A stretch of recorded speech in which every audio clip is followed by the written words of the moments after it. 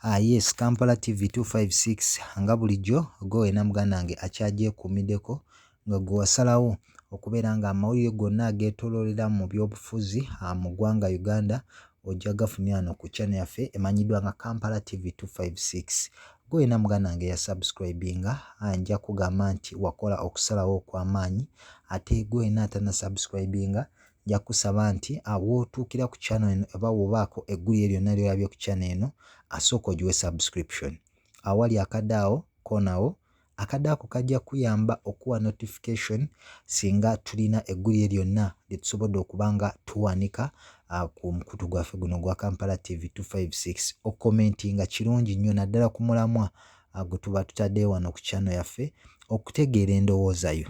Kwegamba ne twongera okumanyagana n'okuwaanyisiganya buli omu n'amanya kiki ekyandibadde ekituufu. Okusharinga kwotika n'okulayikinga kukola kyamakulu nnyo mu kwongerayo eddoboozi lino okubeera nga lituuka wala n'omuntu abadde tannaba kuba nga alitegeera okusobola okubeera nga alitegeera. Amawulire olwaleero olunaku geetoolooledde nnyo ku Abed Bwanika.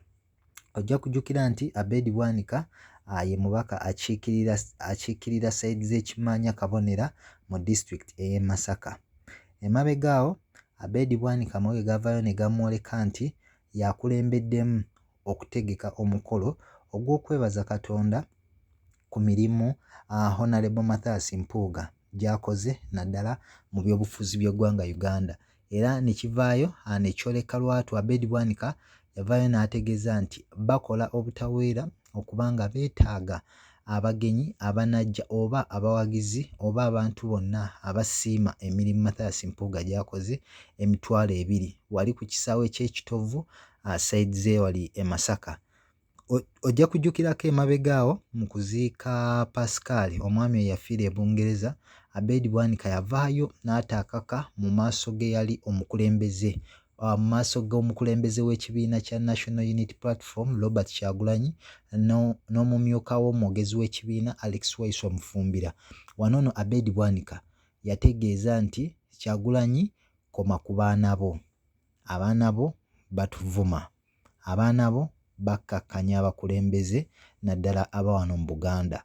N'avaayo n'ategeeza Alex Waiswa Mufumbira nga bw'atambuza ebigambo eby'obulimba naddala nga amusibako amatu g'embuzi. Abasinga ebigambo ebyo mwabiwulira, naye omukulu ono yavaayo era ng'omukolo gwo guwedde nga bagenze mu maka ga Mathias Mpuuga n'ategeeza nga bwe baweze ovulo zonna eza National Unity Platform mu kibuga Masaka oba mu ssaza ly'e Buddu olw'ensonga ye gye yawa nti ovulo ezo abali b'ebisyaga nga zibeera mu Pampa. Ebyo byonna abasinga mwabiraba ng'omukulu oyo Abed Bwanika. Era emabega awo wiiki ng'emu yavuddeyo ate n'akoowoola abakulembeze bonna ab'ekibiina kya National Unity Platform abatuula wali e Kavule Makerere n'abategeeza nti omukolo gwe bategeka nga ennaku z'omwezi 21 omwezi guno gwennyini ogw'okwebaza Katonda olw'emirimu Mathias Mpuuga gy'akoze nti bayitiddwa mu butongole. Ojja kujjukira era mu wiiki emu akulira oludda oluwabula gavumenti Joel Ssennyonyi ng'atudde wali mu Parliament y'eggwanga Uganda yavuddeyo n'ategeeza nti tebannaba kufuna ku bbaluwa yonna ebayita ku mukolo ogwo, naye ebbaluwa neweneebezze si beeteefuteefu genda ku mukolo ogwo olw'ensonga nti Mathias Mpuuga olukiiko olwa NEC olutwala ekibiina kya National Unity Platform lwavaayo ne lutegeeza nti ensimbi ze beeyongeza tezaagobera mateeka era yasabibwa okuddako ebbali. Era bo tebayinza genda ku mukolo ng'omuntu gwe baasaba naye yabajeemera.